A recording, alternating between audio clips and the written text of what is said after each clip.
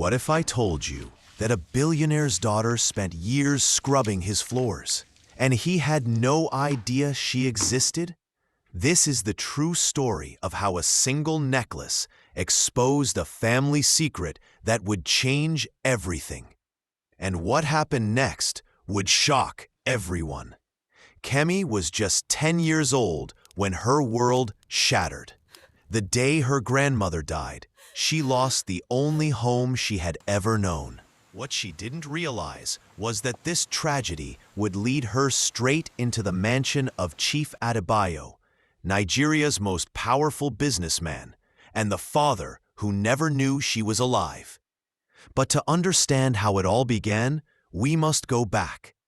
"You clean like someone who's used to dirt," Falake sneered, pacing slowly around her. "She is used to it. Look at her. Just a little servant girl in our father's house." Damilola smirked from the wall. Kemi kept her eyes down, thin fingers trembling against the wooden handle. The scent of soap clung to her clothes like shame. Falake's voice dropped, dripping with venom. "You don't belong here, Kemi. Not in these walls, not in this family, nowhere." Kemi swallowed hard, staring at her warped reflection in the wet marble, small, unwanted, alone. Falake's laughter sliced through the silence like a blade. Thunder cracked like a gunshot. Rain slammed down on the Adebayo mansion's marble driveway, water rushing like a broken dam. Beneath the porch, barely shielded from the storm, sat a trembling girl, soaked to her skin, arms wrapped tight around her knees, small fingers clutching the hem of her faded wrapper. Kemi was hungry, shivering, eyes swollen from crying. She wasn't allowed back in the house. "Not tonight, thief," Madame Adebayo and spat. "You want to ruin my children's birthday cake with your dirty fingers? So that's why we fed you?" But Kemi hadn't stolen anything. She only stood near the fridge, hoping to smell the cake just once. One of the children lied, and in this house, lies were heavier than truth. Now in the storm, she whispered, "Grandma, can you see me?" Rain struck her face like slaps. Her teeth chattered, but her heart ached more than her bones. "I miss you. You said you'd tell me everything. You said there are things I must know one day, but you never told me." Her voice cracked into sobs. The days in Ekiti smelled of firewood and rain. Kemi remembered waking up to the sound of her grandmother's broom before dawn. The old woman, tall and gentle, with silver-gray hair braided tight against her skull, was both a mystery and a home. She called her Mama. She didn't know another mother. Mama always wore white, always carried herbs in her bag, and always looked at Kemi like she was the world's last treasure. But she never answered certain questions. "Mama, who is my daddy?" "One day you'll know." "And my mommy?" Her grandmother's eyes would grow distant. "She gave you a name before she left. Will she come back?" "Maybe when your stars align." But the stars didn't wait. That morning, Kemi had gone to fetch water. When she returned, the kettle was still on the fire, and Mama was still in bed, motionless. They buried her under the Iroko tree. People came, dropped Naira notes onto the mat for the orphan girl. Some said God would help her. Others said she should go to Lagos. Kemi didn't understand much, only that Mama was gone, and so was her world. The next day, a woman arrived with high heels, long lashes, and perfume that smelled of lemon and money. They said she was Mama's cousin. "Call me Auntie Bisi," she said with a thin smile. 3 days later, they were on a bus to Lagos. The gates appeared before the house itself, tall, black, crowned with golden lions. As they opened, Auntie Bisi whispered, "Welcome to your new life, Kemi, but shine your eyes well." Kemi stepped inside. It wasn't a house, it was a kingdom. The walls sparkled, the compound had a fountain, and 2 cars, larger than Mama's entire room, slept like monsters in the driveway. But the people inside, their smiles didn't match the beauty. Madame Adebayo stood at the door, arms folded, slim, sharp-faced, skin smooth as glass. Her voice was icy. "So this is the girl?" "Yes, Ma," Auntie Bisi said. "She has small hands, good for cleaning." Madame Adebayo's gaze cut through Kemi. "Listen to me. You eat, you clean, you speak only when spoken to. I don't do village drama. Act stubborn, and you go back to the gutter." Kemi looked up at her. She didn't know what gutter meant, but it sounded cold. The mansion had 5 rooms on 1 floor. Marble floors, AC in every corner, but none of it belonged to Kemi. Her space was a wooden mat beside the washing machine. Her blanket a torn bedsheet. Her pillow a folded sweater. She wasn't Kemi anymore. She became house girl. First week, she washed clothes, scrubbed toilets, carried bags, picked bins, served juice, got slapped. Falake, 12 years old, hated her. "Don't touch me with your bush hands," she'd sneer, pouring water onto the floor Kemi just mopped. Damilola was quieter, but laughed when Falake mocked her. Auntie Bisi was gone. Kemi was alone. One afternoon, while folding bedsheets in the guest room, Kemi noticed a frame. A tall, handsome man in white agbada stood beside a woman holding a baby. Her heart stopped.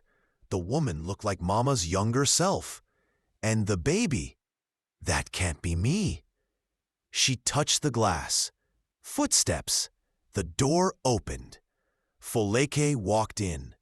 "What are you doing here?" Kemi dropped the frame. "Sorry, I just—" A slap cracked across her face. "Don't touch my daddy's things, idiot!"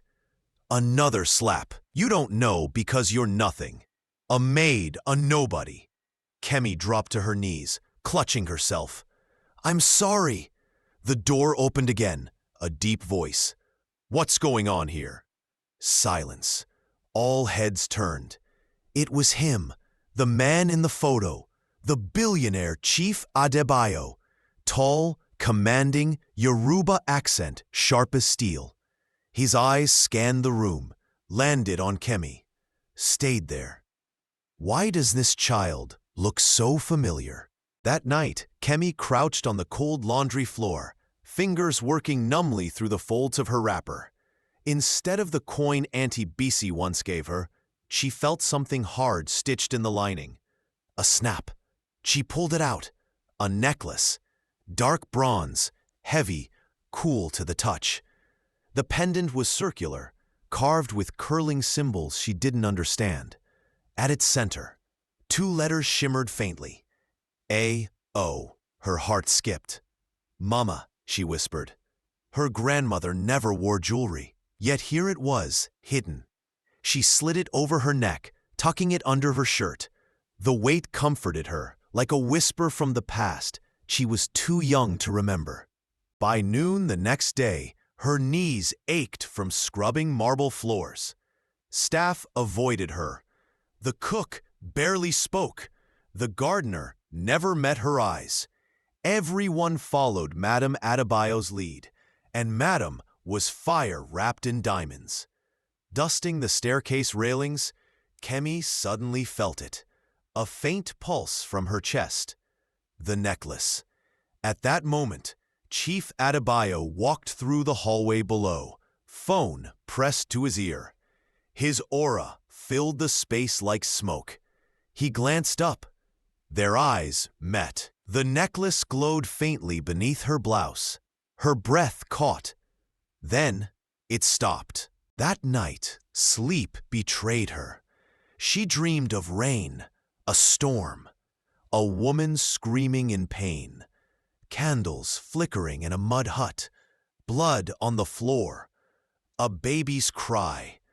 A man in wet agbada driving away in the night. The woman screaming after him, clutching the baby. Then silence. Kemi jolted awake, gasping, drenched in sweat. She didn't know the woman. She didn't know the man.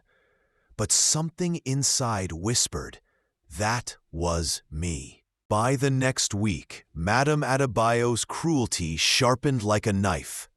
She slapped Kemi for wrinkled napkins, accused her of scratching the floor with her bush feet, and banned her from eating meat. "You're a disgrace to this house," she spat. "Even your shadow is dirty." Folake mocked her endlessly. Bush girl probably bathes in river water. Damilola recorded a video of her scrubbing toilets, then played it for his friends. Their laughter cut deeper than the bleach in her hands. Kemi stood in the corner, trying not to cry. Yet not everyone treated her like air. The driver, Uncle Sam, with his graying beard and the scent of pepper soup and engine oil, was different. During her short breaks, Kemi often sat by the gatehouse. He would be there, humming old Fuji songs or polishing the car. "You like stories?" he asked one day. Kemi nodded shyly. "Mama used to tell me stories." "Then tell me one," he said with a smile. "I'll listen." So she did. Simple fables her grandmother once told. He laughed, clapped, and said, "You have the tongue of a griot." She didn't know what a griot was, but it sounded important. One rainy morning, Kemi couldn't hold it in anymore. She found a half-used notebook in the trash, dried its pages under the sun, and began to write. Her dreams, her memories, her pain. At night she hid it behind a loose tile in the laundry room. But one afternoon, the new housekeeper, Mama Tolu, noticed her necklace. "What's that around your neck?" she whispered. Kemi clutched it. "Nothing." Mama Tolu's eyes widened. "Bronze with twin markings? I saw this years ago. It belonged to—" But Madame Adebayo's heels clicked on the tiles. Mama Tolu bowed quickly. "Sorry, Ma." Kemi's heart pounded.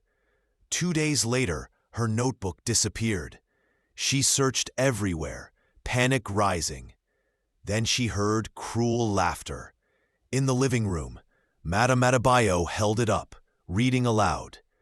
The baby cried as the man vanished into the storm. "What nonsense is this?" Folake giggled. "She thinks she's a writer. Please give it back," Kemi begged. "Oh, I'll give it back," Madame hissed, striking a match. "No!" Kemi screamed, rushing forward. But the flames devoured her words. Pages blackened, curled, turned to ash. "You will never be anything else," Madame spat. Kemi dropped to her knees. She didn't cry. She just clenched her fists so tight they bled. Deep in her chest, the necklace glowed unseen. Weeks later, Lagos buzzed with banners and cameras. The Adebayo mansion gates bore a new sign, Adebayo Foundation DNA Reconnection Drive for Lost Nigerian Children. Kemi dusted the TV stand as the news aired. Chief Adebayo appeared on screen, his voice strong, his presence regal. "We cannot build a future when our past is lost." Kemi froze. It wasn't his words, it was his face. His thick brows, arched exactly like hers. She turned to the mirror, furrowed her brows, mimicking his frown. Her reflection stared back, undeniable. She looked like him. That night, she couldn't sleep. She crept through the corridors, barefoot and silent. In the pantry, behind crates of imported spices, she found a cabinet, locked. She tugged. Click! It opened. Inside were photo albums and dusty frames. She flipped through, hands trembling. One stopped her cold. A young woman, radiant in Ankara, laughing beside Chief Adebayo. She had seen that face before, in her dreams. A woman holding a baby in the rain. Beneath the photo, Omolola Alabi. Ghana Conference, 2013. Her breath hitched. The initials AO on her necklace suddenly burned with meaning. Another photo showed Omolola pregnant. The next page was torn, as if someone had tried to erase the rest. Kemi shoved the album back and fled. Later, in the kitchen, she leaned against the sink, staring at the dripping faucet. She whispered to herself, "What if he's my father? What if Mama was hiding this all along?" In the following days, Madame Adebayo grew restless. She locked her door, clutched her handbag, whispered on phone calls. One evening, her purse slipped off the couch. Papers spilled. Kemi rushed to gather them. One letter caught her eye. From Omolola Alabi, Toronto, Canada. "I am ready to find my daughter. I made mistakes, but she deserves the truth. I left her in safe hands in Ekiti 10 years ago. Her name was Kemi. If you know anything, please reach out. Her birthday is September 24th, 2014. The paper shook in Kemi's hands. That was her birthday. She folded it into her wrapper and ran to the laundry room, clutching it alongside her necklace. "Mama, is this why you never told me?" she whispered. Her world tilted again. This was no dream. This was truth.